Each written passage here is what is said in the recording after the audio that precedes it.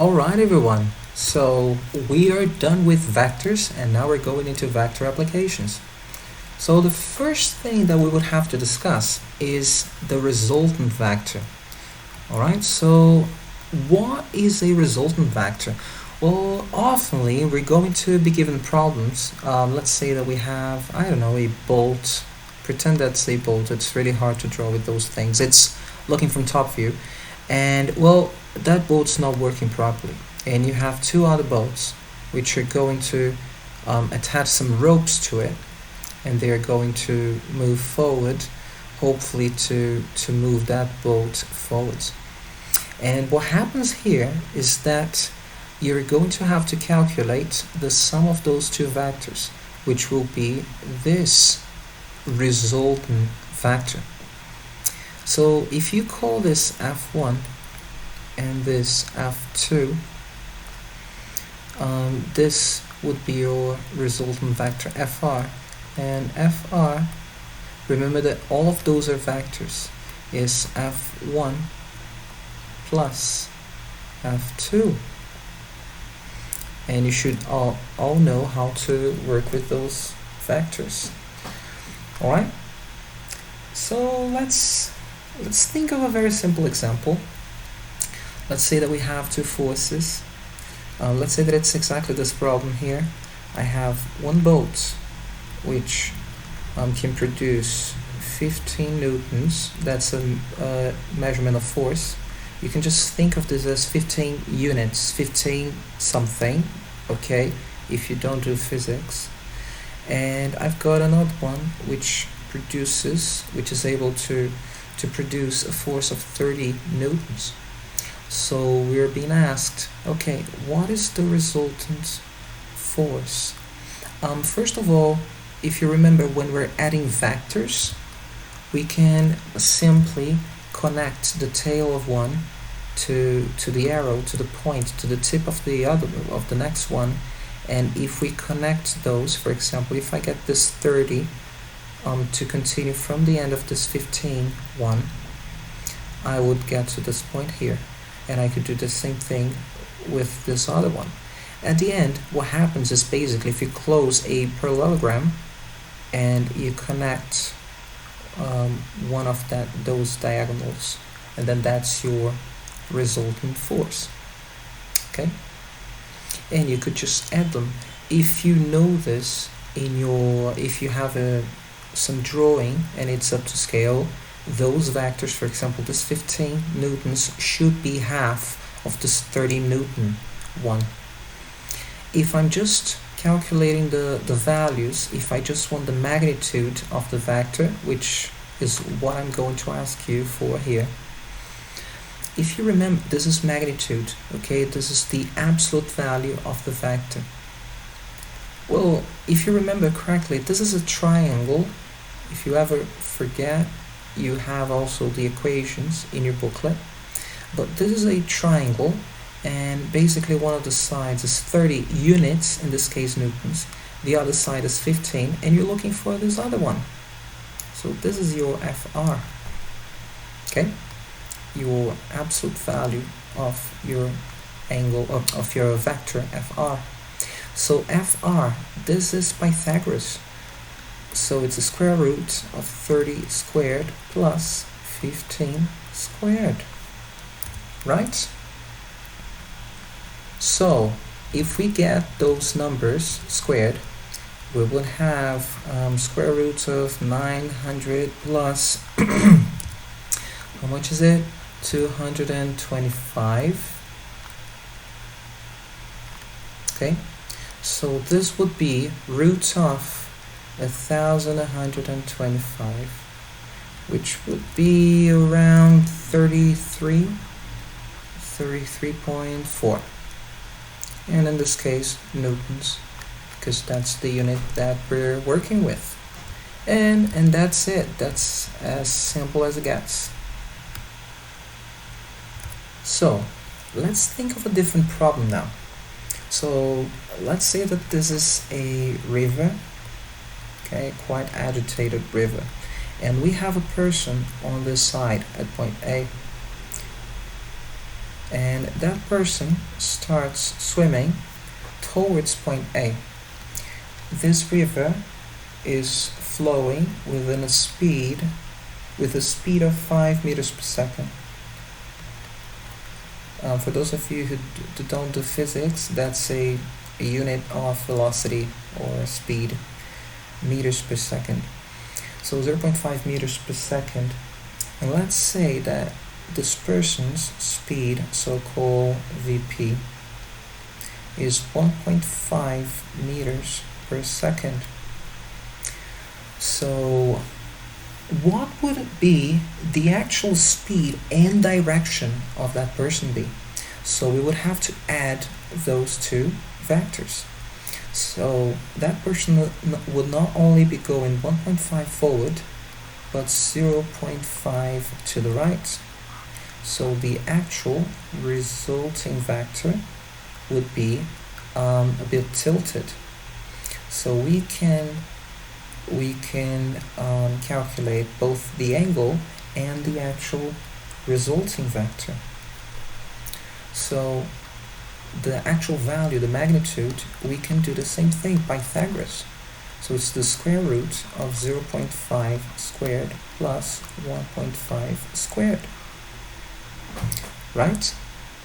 So that would be around 1.58. Around, okay? It's not exact, so around 1.58.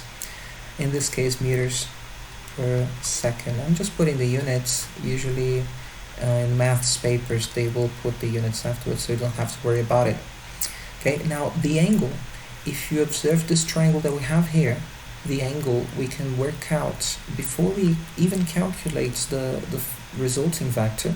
We could calculate the angle just by using the tangent, right? Tan of alpha would be TOA, right? Opposite side over 1.5, so 0.5 over 1.5. So if you put that into your calculator, you would find an angle to be around 18.4 degrees. So that would be both the magnitude, so how fast that person would be traveling. It's a bit larger than 1.5, and that's presumable because since that person is also being affected by the wave, by the current itself, it would be swimming a bit faster.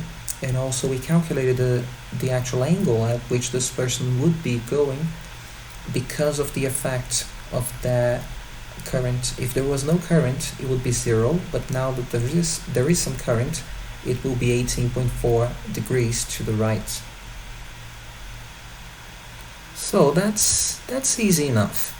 Now let's say that now this person is not really happy with that, and well, it actually wants to get towards point B, because if it swam like we have calculated before, it would actually arrive at some other point C here, right? If we knew the distance, we would be able to calculate what would be exactly the displacement here, the difference. However, let's just say that this person wants to swim a bit tilted to the left in order to overcome this 0.5 current and basically swim forward to reach point B. So let's make a diagram, because now our situation is slightly different. So let's see. The person is still limited by 1.5 meters per second, and that would be this person's speed. The wave, the current, is 0.5, same thing, to the right.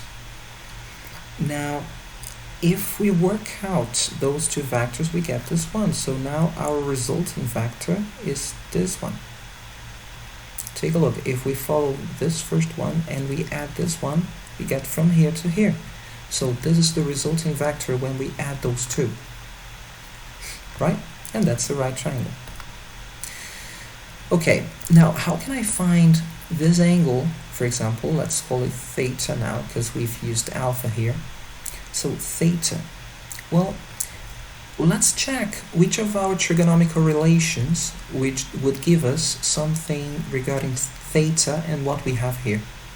So we have the opposite side and the hypotenuse. If you remember your TOA, right? We've got opposite and hypotenuse, so opposite and hypotenuse, so that's sine. So sine equals, so opposite, that's 0.5 over 1.5. So theta would be approximately, if you put that into your calculation, you have to do the inverse sine, or the arc sine, and you would have 19.5, around that. Okay, oh, this is also around, it's approximate. Okay, now we have the angle, and now what can we do? Well, this is still Pythagoras.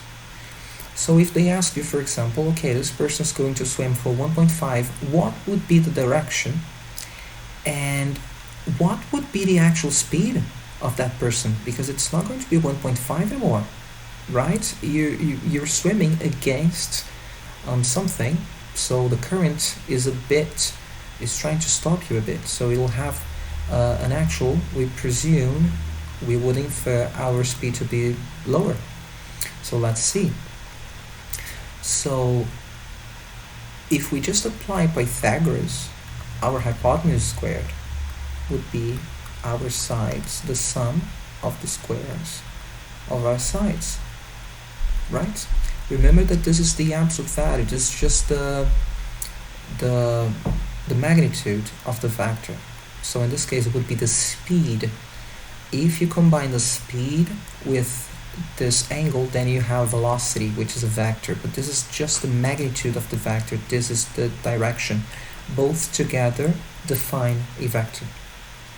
So we want to find this out, so we'll have to do well, this is going to be fr squared, this is going to be 4 or 2, sorry, right? 1.5 squared and 0.5 squared. If you do difference of squares, right, you can easily see that.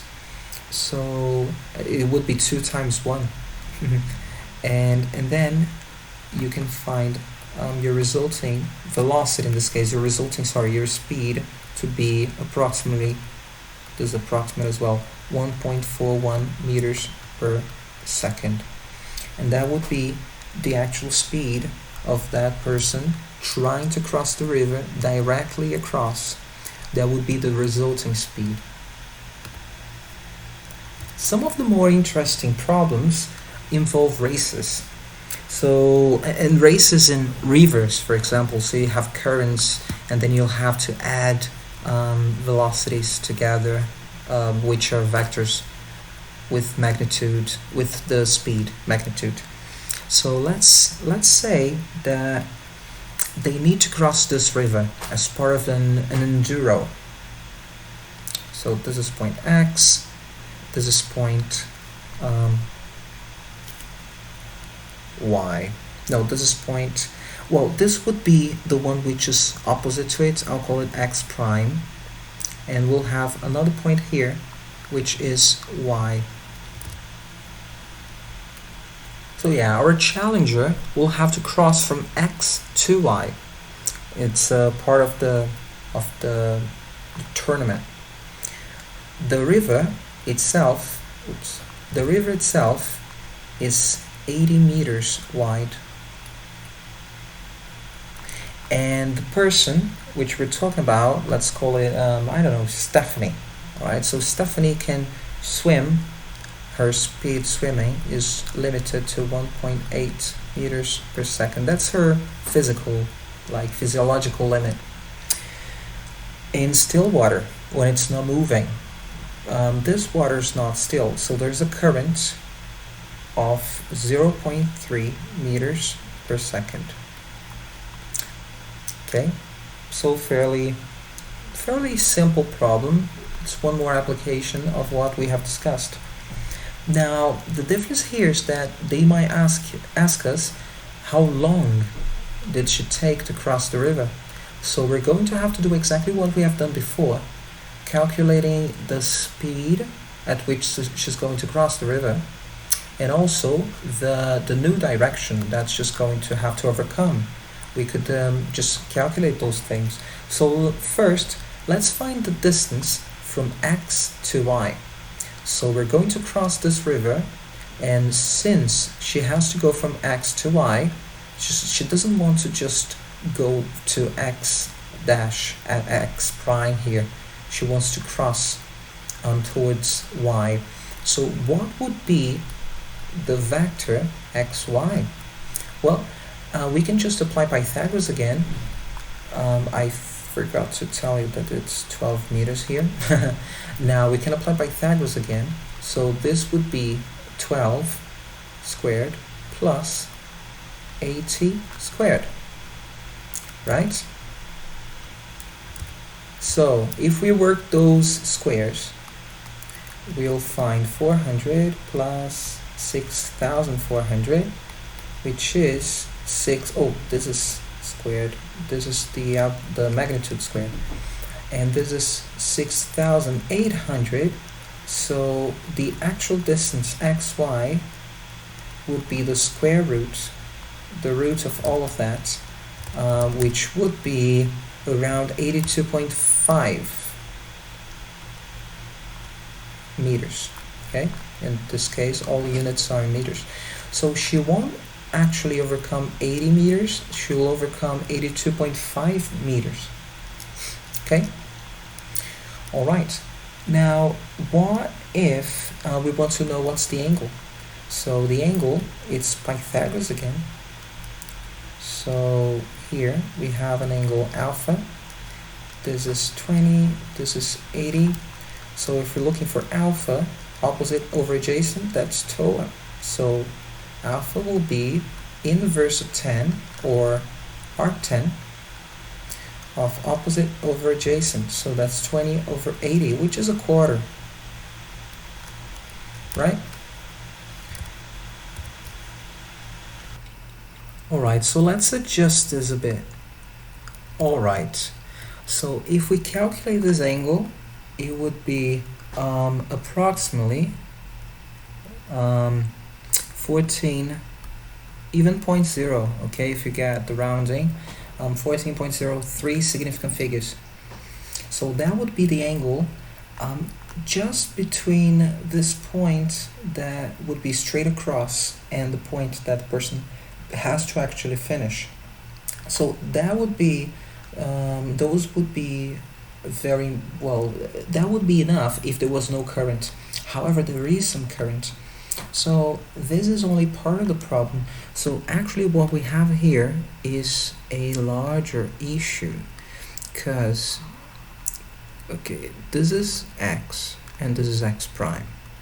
Okay, what we have done here is finding out, okay, that's the distance to the point where I want to finish, but there will be a current going right, and that current is 0.3 meters per second. Okay, there is a current going right, so I want to go somewhere, I want to swim somewhere, and while I'm being dragged back, I will finish at this point y. So this is our actual problem.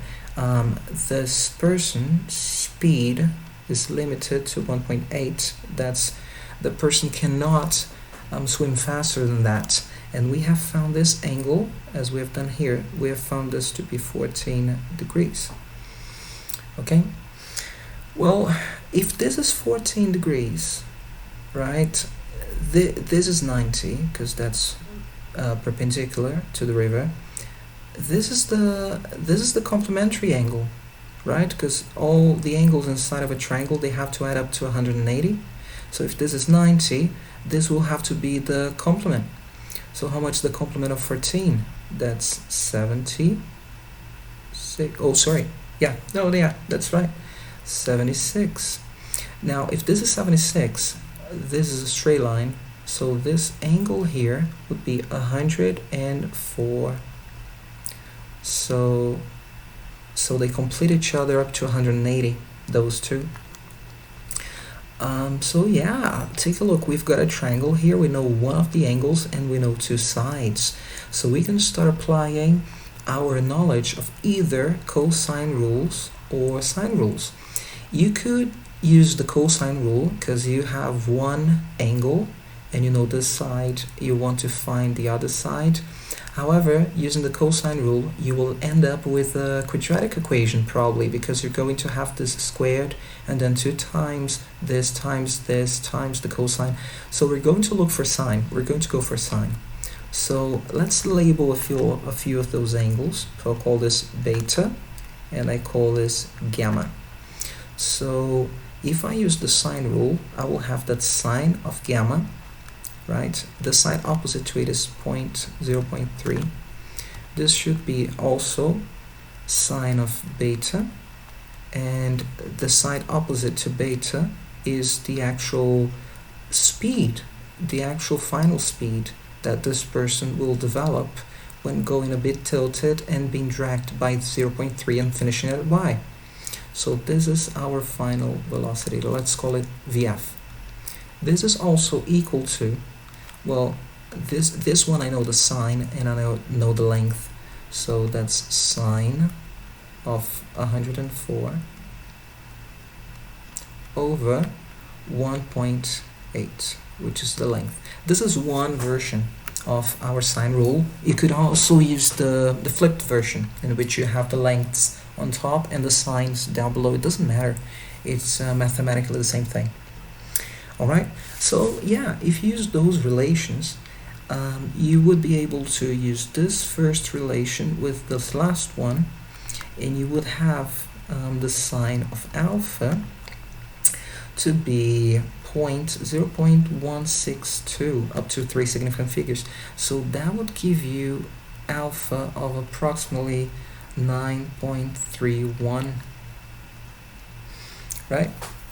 And now that we have found this angle, if this is 104, this is 9.31, I know that this angle must follow, well, they all have to add up to 180. So beta will be approximately, if we compare those, what I'm missing is approximately 66.7. I'm keeping it to 3 significant figures here and here as well, even though this looks odd. Usually we would keep only the 3 here, but I'm keeping everything up to 3 significant figures, everything that we're calculating. Now the problem is basically done, because now we know beta, so we can get the sine of beta, and we can use our velocity here, we can cross multiply. So Vf would be sine of that, sine of 66.7 over sine of 104 multiplied by 108, right? So this is sine of 66.7 times 1.8, all of this divided by sine of 104. And this would be approximately 1.3 significant figures, 1.7 meters per second. Okay, meters per second.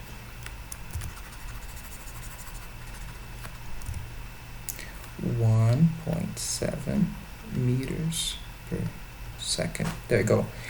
The question is, what would be the time for that person to cross? So now we know the angle, right? That person will have to actually swim. Look, gamma plus 14. So, oh, sorry, this is gamma here, and this is gamma, right? So if gamma is 9.31 and this is 14, our final angle, I'll call it theta, would be just the sum of those two. So that's 23.3 degrees to the left, considering direction north. If this was a bearing, then you would have to work clockwise and basically subtract 23.3 from 360. Now, if we want to find the time, just remember speed over time. Oh, sorry. Speed is distance over time. So if you rearrange those, you would have the time would be distance over your speed.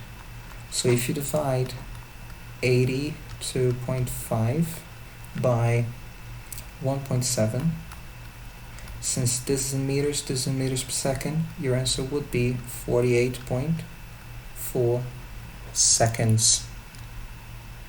Now that's not the easiest problem, but you can see how difficult it might get if you cannot visualize what you're supposed to do.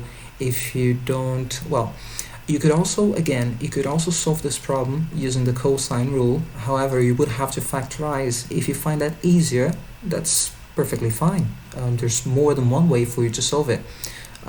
So that should be it. That should be roughly the kind of problems that you should work with regarding vectors, speed, so far. So if you want to follow the book, that's Vector Applications, that's chapter 13, and point A, item A. Okay, so next we're going to start working with lines in 2D and 3D.